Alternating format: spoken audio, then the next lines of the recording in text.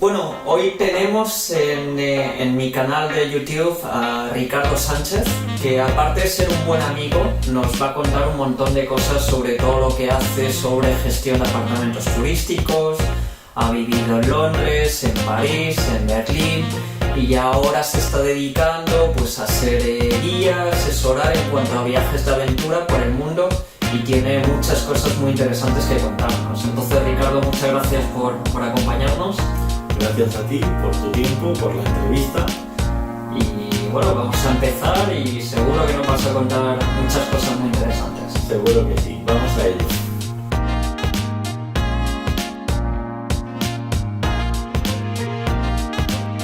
Vamos a empezar por el final.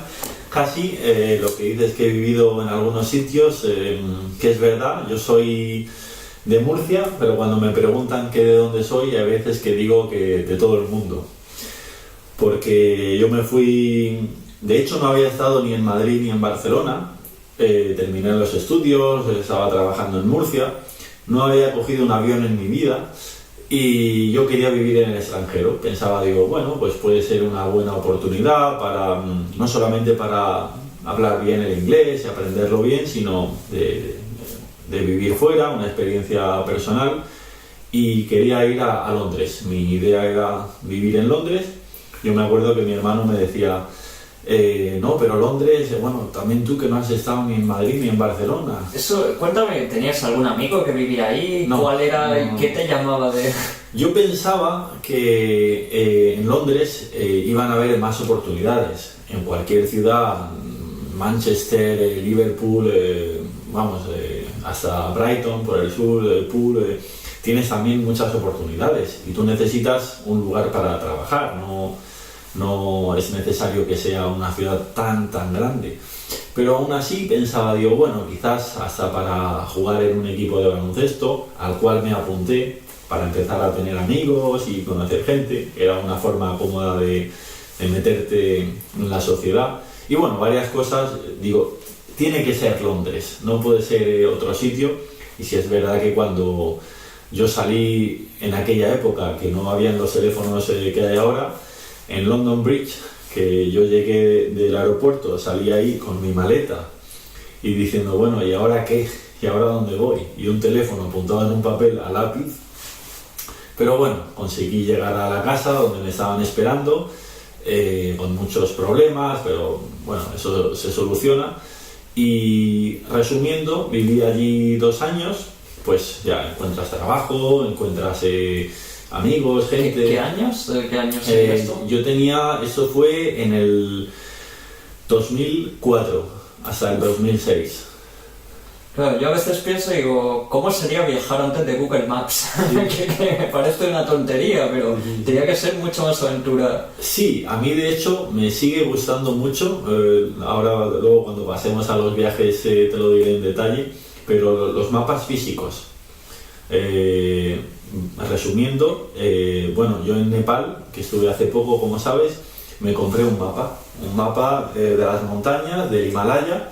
Y claro, eso a mí me gusta mucho, es algo personal, quizás entiendo que es más cómodo, más fácil con Google Maps, pero bueno, ahí en el Himalaya a 6.000 metros de altitud hay poca cobertura. Claro.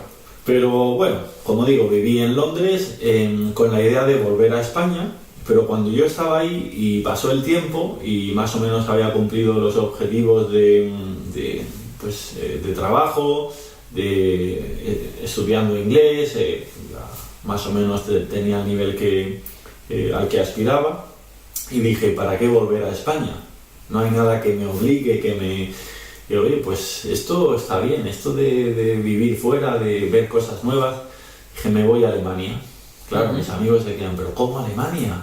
Y bueno, Inglaterra, todo el mundo más o menos habla inglés. Aunque... Ese es el tema. Yo he escuchado, porque ir a Inglaterra al final en el colegio, en el instituto damos inglés, pero ir a Alemania es una aventura mucho más potente. ¿eh? Sí. Bueno, de hecho surgió al final, tomé la decisión de no venir a España, ir a Alemania, pero como digo, muy al final. No fue como el siguiente viaje de ir a París, que lo planeé algunos meses. Y bueno, digo lo de París porque cuando yo vivía en Londres, Fui en el tren que va por debajo del Canal de la Mancha, el Eurostar, y claro, estás en aquella época, luego cambiaron la estación, pero era desde la estación de Waterloo y sales a la Gare du Nord. Y claro, cuando sales en 2 horas de tren, dices, estoy en el centro de Londres, salgo en el centro de París, sale uno por ahí, bonjour, monsieur. Y claro, es un cambio muy rápido y muy radical. Y se me quedó la espinilla de, uy, París, París, París. Pero bueno, me fui a vivir a Alemania, me gustó mucho la experiencia. Como digo, cuando llegué incluso no sabía ni el idioma. ¿Alemania en dónde? En Berlín. No sabía también, porque yo pensaba quizás en la capital hay más oportunidades, más extranjeros, más me es más fácil, no sé, también me gustaba, pensaba que era, y lo sigo pensando, bueno, ahora incluso estoy convencido de ello, una ciudad muy interesante para vivir, desde el punto de vista histórico, desde el punto de vista cultural, bueno, en general. Y bueno, cuando fui allí, los primeros meses, yo desde que me despertaba por las mañanas hasta que me acostaba por las noches, solo estudiaba alemán, solo, porque yo sabía que mis entrevistas de trabajo dependían de cómo yo hablara alemán, dependía de ello que yo me quedara allí o no, y no había un plan B. El plan era vivir allí, conseguir trabajo, y no había plan B. ¿Qué consejo darías a alguien que se está planteando ir a Alemania? ¿Recomendarías Berlín? ¿Recomendarías, me imagino, estudiar alemán? Sí, bueno, el idioma es muy muy importante, e incluso si alguien por su empresa, por su trabajo lo destinan allí, pues ya está el tema solucionado. Pero si alguien se quiere ir a la aventura, es posible, es duro, pero eso es lo bueno, que si fuera fácil, pues se iría demasiada gente, entonces al final sería igual de complicado. Entonces, en realidad, aunque hay muchos españoles allí, pero tampoco es que uno salga a la calle y le den las oportunidades, o sea, no es ir allí y ya uno lo consigue todo. Sí es cierto que hay más oportunidades de trabajo y mejores oportunidades, pero aún así, estando allí, uno ve que no son fáciles, que cuesta. Entonces, aprender alemán mucho es muy muy importante, incluso, como digo, luego para tener amigos, para salir, para entender la sociedad del país es fundamental. ¿Y en qué contexto aprendiste alemán? ¿Fue a través de escuela, a través de trabajo? Sí, yo los primeros meses, los primeros días, mejor dicho, hasta que encontré una escuela, una Volkshochschule, que son las universidades populares, donde dan clases de alemán para los extranjeros, pues me apunté en una. De hecho, había estudiado de forma muy intensiva, como digo, algunos días antes de ir y cuando llegué, y con la idea de pues igual no empezar desde el primer nivel o el segundo. Entonces, de hecho, empecé en el tercero. Pero porque también tengo que decir que eran niveles muy básicos, que va gente que a lo mejor que no hace nada, que así un poco, bueno, pues aprender un poco buenos días y tal, los verbos así por encima, pero ya el tercer nivel era un poquito más elevado, pero yo no estaba por diversión ni por aprender algo, sino es que dependía vivir, comer. Tenías muy claro que querías progresar, ¿no? Claro, cuando yo salía, iba a mi casa a estudiar hasta el día siguiente, no estudiar solamente por la escuela, sino a estudiar porque, como digo, era una urgencia. Bueno, del nivel 3 pasé al 5 y del 5 al 7. O sea, lo digo en números, pero en realidad era como el beginners, luego el medium, luego pasas al advanced primero, algo así, más o menos, pero equivalente en alemán. Y bueno, ya con los meses, pues lo normal, encuentras un trabajo, cuando mejoras tu idioma cambias de trabajo a uno un poquito mejor, y así estuve 5 años en Alemania.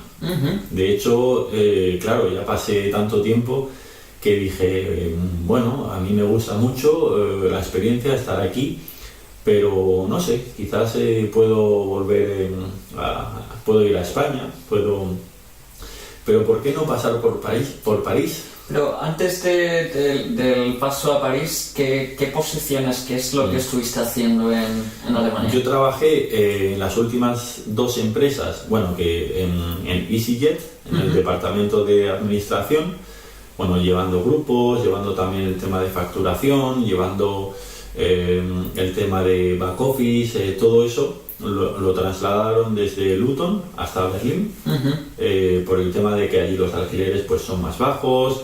El empleado, aunque teníamos un sueldo que estaba bien, pero en Inglaterra pues la empresa, ese empleado le costaba pagarle más. Entonces trasladaron todo el departamento, éramos 200 personas, a Berlín. Y claro, allí tampoco tienen problemas de que mañana digo, oye, necesitamos 20 alemanes, bueno, alemanes evidentemente, 20 españoles, 20 italianos, 5 rusos, no hay problema. Y ahí estuve un par de años y luego trabajé también otro par de años en eBay, en el departamento de fraude y en el departamento de fraudes a todos los anuncios que hay que hacer un seguimiento para saber si... Porque en eBay se vende desde un libro hasta un tío que tiene un concesionario y vende coches. Y tiene 3.000 coches en su página.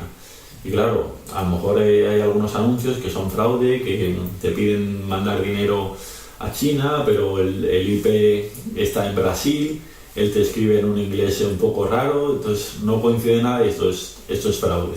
Claro, cuando encima le dicen al cliente, mándame 2.000 euros por adelantado, porque la empresa de shipping te lo va a mandar el coche al puerto de no sé dónde, un coche que a lo mejor un Mercedes que vale mucho dinero, y digo, oye, es que me cuesta la mitad, hay gente que cae. Entonces todo eso había que tenerlo controlado. Y bueno, cuando yo empecé en el departamento español, pero mi objetivo era llegar al departamento alemán, que de hecho lo conseguí. Éramos 10 personas en uno de los departamentos de eBay y yo era el único extranjero. ¿Tú consideras que eras especialmente dotado para los idiomas, de niño, etcétera? No. De hecho, yo considero que aprender un idioma es motivación, te tiene que gustar mucho. Si no, lo puedes aprender para comunicarte, pero como todo en la vida, o sea, si es tu pasión, si te gusta mucho, pues no te importa estar horas y horas estudiando todo, tanto sea gramática, sean frases coloquiales, sean cosas útiles para el trabajo, pero es motivación y también tener muy claro para qué lo estudias. Yo estudio, por ejemplo, ahora el ruso por hobby, pero hay veces que no tengo tiempo o que me dedico a otras cosas. Todo en la vida son prioridades. Allí para mí era prioridad número 1. Y yo sabía que cuanto mejor lo hablara, mejor me iría en temas laboral, en temas con gente, juegas al baloncesto, claro, están todos hablando alemán, yo quiero participar en eso. Sí, mi experiencia es un poco la misma. Yo creo que la mejor forma de aprender un idioma no simplemente es aprendiendo idiomas, sino haciendo cosas que te gustan en ese idioma. Sería... Sí, exacto. Porque has dicho que trabajaste en EasyJet. Sí. Y ese fue tu primer contacto con la industria de viajes, que luego vamos a ver en el vídeo que tienes mucho bagaje en esta industria. ¿Fue tu primera experiencia? Sí, porque yo había trabajado en administración los últimos años en España, y claro, era un sector, el sector del turismo, nuevo para mí. De hecho, pues yo cuando me fui a Inglaterra, que era el primer vuelo que tomaba en mi vida, no había salido nunca de España, claro. Yo pensaba, uy, qué viajero soy. Con 24 años llegué allí y había gente mucho más joven que yo que había estado ya en medio mundo. Yo es que me voy a aprender español, me voy a Chile. Claro, o gente, quiero aprender inglés, me voy a Nueva Zelanda. Yo decía, oye, que lo mío no es nada, esto está aquí al lado. Pero con el tiempo, empecé luego a trabajar en hoteles, como digo, después de Berlín, de trabajar en EasyJet, en estos departamentos, pues ya vi el sector del turismo más de cerca, me gustó, y luego me fui a París por eso, porque tenía esa espina clavada diciendo, oye, ¿y por qué no París? ¿Por qué no antes O sea, cuando consigues uno de los retos más difíciles de cualquier español que va a Alemania, que es manejarte bien en alemán, dices, bueno, pues lo dejo todo otra vez. Sí, yo 3 veces empecé totalmente de cero. Me acuerdo que había un compañero de trabajo que decía que eso era lo que más le costaba. Y yo le decía, es que a mí eso es lo que más me motiva. Uh-huh. O sea, yo ir a un sitio donde no tenga motivación, me da pereza el ir, que va a ser fácil, que va a ser... Y él decía, no, para mí es al revés, evidentemente, yo creo que para todo el mundo. No sé, igual soy yo el que lo hace raro, uh-huh. Pero yo esa motivación, de hecho yo estaba en Alemania y empecé a aprender francés por mi cuenta, porque yo ya tenía muy claro que quería vivir en París. En los uh-huh. últimos 3-4 meses ya empecé pues, a dejar el trabajo, el piso, todas esas cosas, o a dar avisos, y yo tenía muy claro que yo tenía que vivir en París. Uh-huh. Una época de mi vida yo quería ser parisino. Uh-huh. Salir por la mañana, comerme un croissant, ir a mi trabajo, luego por la tarde pasear por los Campos Elíseos, ver la Torre Eiffel, esa vida parisina de las cosas que hay ahí, los bares, la gente, esas calles, yo quería respirar eso. No, eso es muy difícil, tú no hablas francés, eso en el trabajo. Además es imposible porque París se ha convertido en una ciudad tan cara que además si tú no tienes un trabajo de antemano nadie te va a reservar, te va a dejar que alquiles su piso, vamos, olvídalo. Bueno, eso ponía un fuego en mí. Uh-huh. Y yo decía, eso no puede ser. Si hay personas que lo consiguen, ¿por qué yo no? Y me volvían a explicar todo esto, pero yo decía, tiene que haber alguna posibilidad. Uh-huh. Sí es cierto que cuando yo fui a París, el primer día, antes de ir, salí con mis amigos, último día, y me acuerdo que llegué a mi casa tarde, al día siguiente tenía que coger el vuelo, y me vi la película de La Terminal, de Tom Hanks. Digo, por si mañana cuando llegue, digo, no, porque yo no tenía ni casa. Uh-huh. Unas horas antes ya me confirmaron en uno de los pisos que podía vivir al principio, compartiendo habitación y tal, pero horas antes de ir yo a París ya había mandado algunos mensajes, pero yo reservé mi vuelo, digo, bueno, si no, ya veré cómo lo hago, pero una vez que yo ya llegué en ese piso, tardé 4 días en encontrar ya un piso para mí, también compartido, pero donde me podía quedar algunos meses más. Y... Espera, el primer día llegas ahí, no tienes casa, ¿cómo consigues? Sí. Vale. Sí, el primer día, unas horas antes, me confirmó un chico que podía vivir con él compartiendo en una habitación que tenía, pero corta estancia, que no reservaba por años ni nada. Entonces le dije, no, hasta que encuentre algo, el tiempo que esté ahí te pago. Y bueno, ¿Cómo diste con él? Porque yo he vivido esa experiencia de ir a una ciudad nueva, pero lo he vivido a partir de Airbnb, que facilita mucho las cosas. O sea, no sé cómo... Claro, ahí habían, por aquella época todavía no existía Airbnb, pero sí habían ya plataformas de compartir habitación, de todo ese tipo de cosas, y a ese le escribí, no tenía tampoco mucho interés, pero los otros me pedían trabajo, me pedían una serie de cosas que yo todavía no tenía porque me iba a la aventura, y él pues como que no me decía que no. Entonces yo le dije, oye, que sí tengo interés, que voy a venir de verdad, que yo te pago los días que esté. Al final me dijo, te puedes quedar incluso algunas semanas. Él pues para ganar algo, para tener un pequeño ingreso, pero tampoco quería dedicarse a ello, con lo cual no quería decir, vale, vente aquí 2 años a vivir.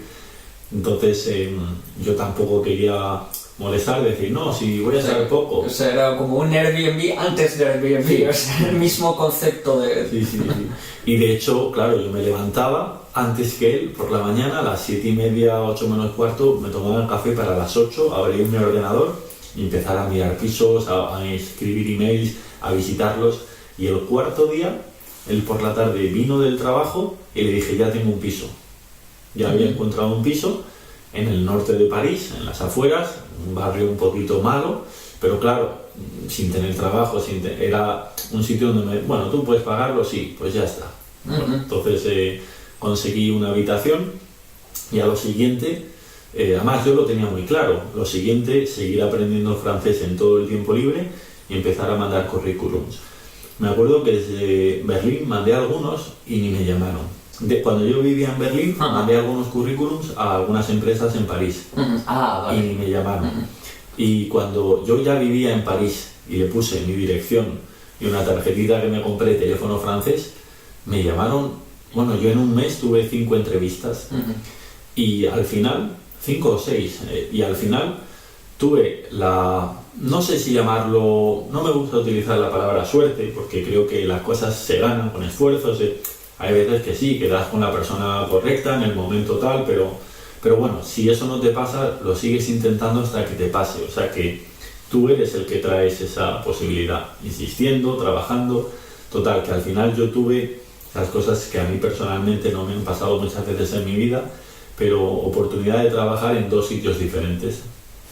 Claro, yo iba andando por el centro de París y digo, es que puedo elegir, puedo elegir dónde quiero trabajar. Claro, hace un mes yo no tenía trabajo, yo había venido aquí, no conocía a nadie. Bueno, eran trabajos para empezar, pero a mí eso me hacía mucha ilusión de que estaba consiguiendo. De hecho, yo tardé un mes en ver la Torre Eiffel. Hay gente que va y en metro directamente puedes ir a la parada y a las 2 horas de llegar a París estás viendo la Torre Eiffel. Yo tardé un mes. O sea, fuiste a decir, primero soluciono mi vida y después ya mi ocio. Claro, y al mes, cuando ya conseguí el trabajo, en ese mes que tuve algunas entrevistas y en todo ese tiempo estudiando, yo no salía de casa. Yo solo estudiaba y salía a comprar a la casa esa segunda donde... Y claro, ya ese día me fui a la Torre Eiffel, me compré el Le Monde, el periódico, y me senté en el parque que hay enfrente y claro, a leer mi periódico, a relajarme, decir, bueno, ahora empieza París. Y la verdad que no me arrepiento. Bueno, hay momentos duros en Berlín, en París, en Londres, cosas que me han pasado que yo no se las deseo a nadie que vaya. En Londres acabé una vez en el hospital, me torcí un tobillo jugando al baloncesto. Yo, como soy muy cabezón, pues seguía jugando. Digo, no puede ser, claro, se me puso así. Vino una ambulancia, yo no sabía ni que venían por mí, sino que la llamaron al verme el tobillo. Yo acabé en el hospital y los médicos, eso al principio de llegar, a los pocos días, y los médicos hablaban y yo dije, ahora me doy cuenta de que no tengo ni idea de inglés.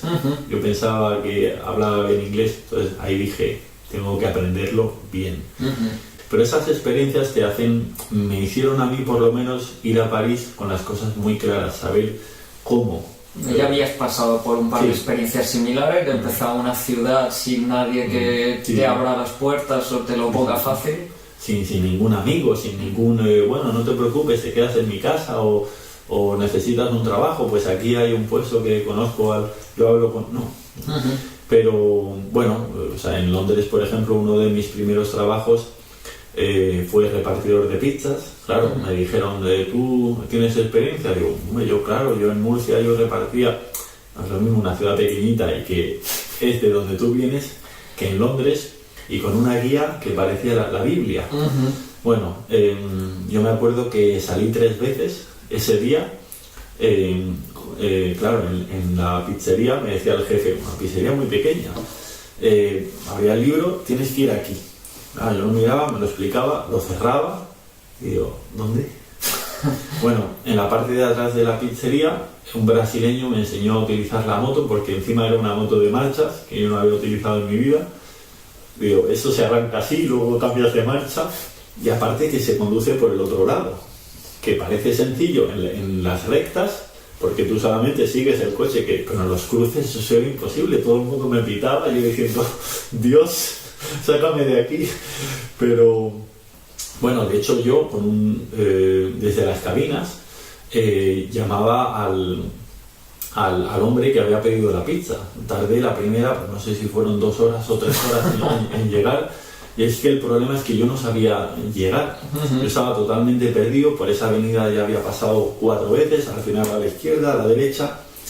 Bueno, una de las veces, yo esto me acuerdo, yo creo que me voy a acordar siempre, porque lo llamé al hombre ya con la voz un poco rota, diciendo, oye, perdón, es que no, en inglés, pero oye, es que no sé dónde está tu casa, discúlpame. Bueno, ellos ya habían cenado, por supuesto. Y me dice, ¿dónde estás? Where are you? Claro, y algo así, digo, le voy a decir la verdad, es que, digo, I don't know, no lo sé, digo, estoy en una cabina roja, hay un coche verde y un árbol, eso no, es que no sé más. Bueno, no sé cómo, pero yo llegué a su casa. De hecho, él no se enfadó, él cogió la pizza, no te preocupes, bueno, me dio esta propina. El problema es que luego yo no sabía volver a la pizzería, yo, dando vueltas, digo, ¿dónde está? Yo me acordaba del día anterior que yo había pedido trabajo y yendo por muchas calles con una carpeta llena de currículum, y yo creo que pasé por aquí, yo creo que estaba bueno, hasta que di con ella. El jefe, en lugar de enfadarse, al revés, no te preocupes, que estás empezando, ¿qué tal? Venga, otro pedido. No, lo mismo, o sea, lo mismo. Pero bueno, son experiencias que por las que pasas, que en esos momentos dices, uff, madre mía, sácame de aquí, ¿qué hago aquí? Pero que aprendes para otros lugares. Y a relativizar, ¿no? Luego ves un problema y dices, bueno, esto ya no es claro, un problema pequeño. Estás en una empresa que te llega un email, así un cliente enfadado, tal, que no es un problema. De hecho, en París, que ya empecé a trabajar en hoteles, yo tenía una empresa como de venta online y la otra de hoteles, una cadena internacional grande, y me decanté por esta opción, porque pensaba que podía tener un futuro a nivel internacional, a trabajar luego en otros hoteles del mundo y sobre todo a aprender ese sector. Incluso me dijeron, bueno, tú has hecho un trabajo muy parecido en Berlín, en EasyJet, entonces lo único que la gente allí vuela, aquí duerme, pero a nivel de reservas, a nivel es parecido, de cancelar, de modificar, de todo esto. Yo estaba en la parte de back office, porque aunque no hablaba todavía bien francés, pero hablaba alemán, tenía un contrato con la embajada de Alemania que estaba muy cerca, hablaba español y hablaba inglés. Entonces me decían, bueno, ya aprenderás el francés ya que vives aquí. Otra vez la importancia de los idiomas.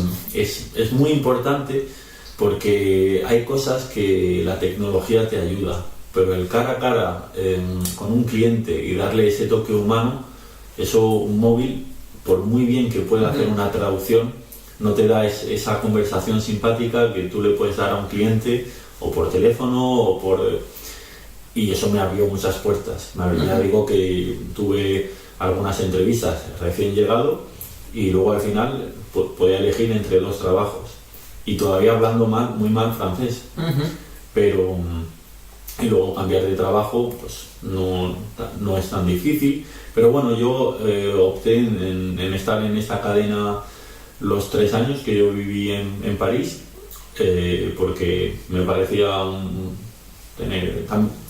cambiar mucho de trabajo tampoco, o cada poco tiempo, no es muy positivo. Una persona cada 3 meses cambia de empresa. Algo raro. Algo raro. Entonces, bueno, pues estuve 3 años ahí. Y fue una experiencia muy buena, desde el punto de vista de que estuve en algunos departamentos diferentes, tocando pues, muchas cosas, y la verdad que me gustó, bueno, la experiencia de París. ¿Qué compañía era? Meliá, Hoteles Meliá. Y bueno, es también una cadena a nivel mundial, tienen hoteles por todos sitios. De hecho, cuando vine a Madrid, empecé a trabajar en el Meliá del aeropuerto y en Meliá Barajas, y luego pasé a la central. ¿Cómo viniste a Madrid? ¿La empresa pues, te pidió venir? No, yo pensaba venir a Madrid porque bueno, ya había vivido en muchas capitales europeas y digo, bueno, voy a vivir en todos sitios. Estuve a punto de irme a vivir a Moscú. De hecho, una de las veces que fui, tuve una entrevista de trabajo estando en París y dije, bueno, ¿Moscú o Madrid? Y pensé, digo, Madrid hace mejor tiempo. Sí es cierto que en Rusia, en Moscú, al ya no ser Europa, bueno, geográficamente hasta los Urales lo es, pero políticamente y económicamente no. Y para ellos contratar a un extranjero le supone pagar un impuesto muy grande. Además, desde el punto de vista de la persona que va, si esa persona no es alguien muy cualificada, un ingeniero que allí no encuentran, alguien muy especializado en algo que tienen que traer de fuera, porque entonces, pero vamos, un recepcionista de hotel. Pero tú hubieses ido a la aventura también, a Moscú. Lo que pasa es que allí tú no puedes irte sin trabajo, sin visado, sin nada. No es como a Italia, que tú mañana pues te vas, si tú tienes dinero no encuentras trabajo. Somos ciudadanos de Europa y... Claro, por eso el tema del Brexit, hay mucha gente preocupada. Pero la opción de irte a Italia, a Dublín, a muchos sitios, bueno, pues como tengo un dinero ahorrado, si tardo más, pero allí no. Allí tú vas con un visado de turismo una semana o dos, pero tú no puedes decir, bueno, me voy a la aventura, y es más, tampoco te van a contratar en empresas si estás de turista un mes. Entonces, porque tú tienes tu vuelo de ida, tu vuelo de vuelta, pero en una entrevista que tuve, bueno, yo le dije, es que sí o sí voy a ir a Moscú. O sea, quiero ir a Moscú, lo tengo como objetivo, y de hecho yo ya había reservado para ir también por turismo, y esa empresa me escribió, me dijo, vale, ¿cuándo puedes venir? Y yo no les dije que tenía el vuelo reservado, cuando queráis. Yo mañana lunes estoy ahí a las 9 de la mañana. Claro, a ellos le impactó mucho esa disponibilidad mía. Me acuerdo que era a finales de semana, digo, ¿y por qué es alguien de semana? Si no, total, que a la semana siguiente nos vimos.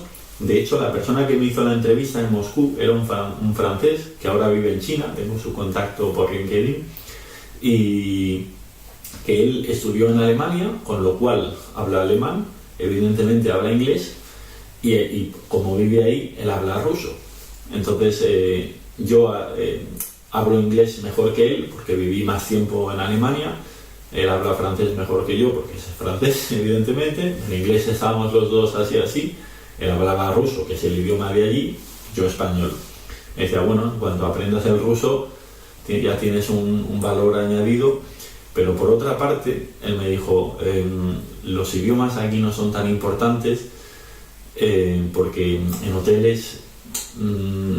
da igual que hables 7 idiomas, tú tienes que hablar el ruso muy bien. Eso había escuchado, que el ruso también es un idioma muy particular, que tiene un valor añadido muy alto. Hay muchos rusos que son capaces de hablar inglés, pero aprecian mucho, si vienen a España, por ejemplo, que les hablen en ruso. Sí. Aquí es más importante, porque el que viene aquí ruso, o va a Francia, que les hable en su idioma, hace que ese ruso se pueda gastar un dinero y pueda ir a tu negocio, pero si tú hablas alemán o español y estás en una empresa allí, es posible que tú durante todo el día no utilices el español o el alemán. Sin embargo, en España sí es posible que utilices más otros idiomas, porque tenemos más movimiento de... Allí hay turismo, pero no hay tanto como para necesitar tantos idiomas. Entonces las condiciones no eran muy buenas. Yo dije, bueno, creo que esa aventura pues no me motivaba tanto, y desde el punto de vista económico tampoco la veía, y dije, bueno, ya he pasado por otras aventuras más personales, pero ahora creo que es también pensar un poco en lo económico. Y por otra parte, como trabajaba en Meliá, vi la oportunidad, o intenté ver la oportunidad de venir a Madrid. Tengo un amigo que, bueno, me aprecia mucho, lo quiero yo también un montón, que me dijo, dice, tú te fuiste cuando nadie se iba y te vienes cuando todo el mundo se va. Está yendo, ¿no? Y en el 2014, entonces 2013, 2014. Entonces, claro, yo le decía, es que si quieres, las cosas salen bien. Cuestan, pero salen bien.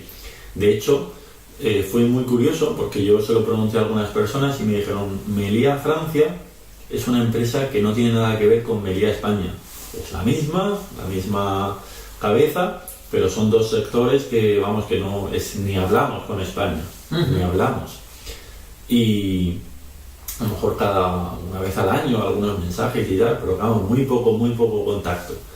Entonces yo conocí en uno de los hoteles a una clienta que también tengo a día de hoy su contacto, que trabajaba en un Meliá en Estados Unidos, en Miami. Y me dijo si yo me quería ir allí a vivir, a trabajar en ese hotel, pero las condiciones allí me iban a pagar un poquito más que a los de allí, pero no me gustaba mucho el tema.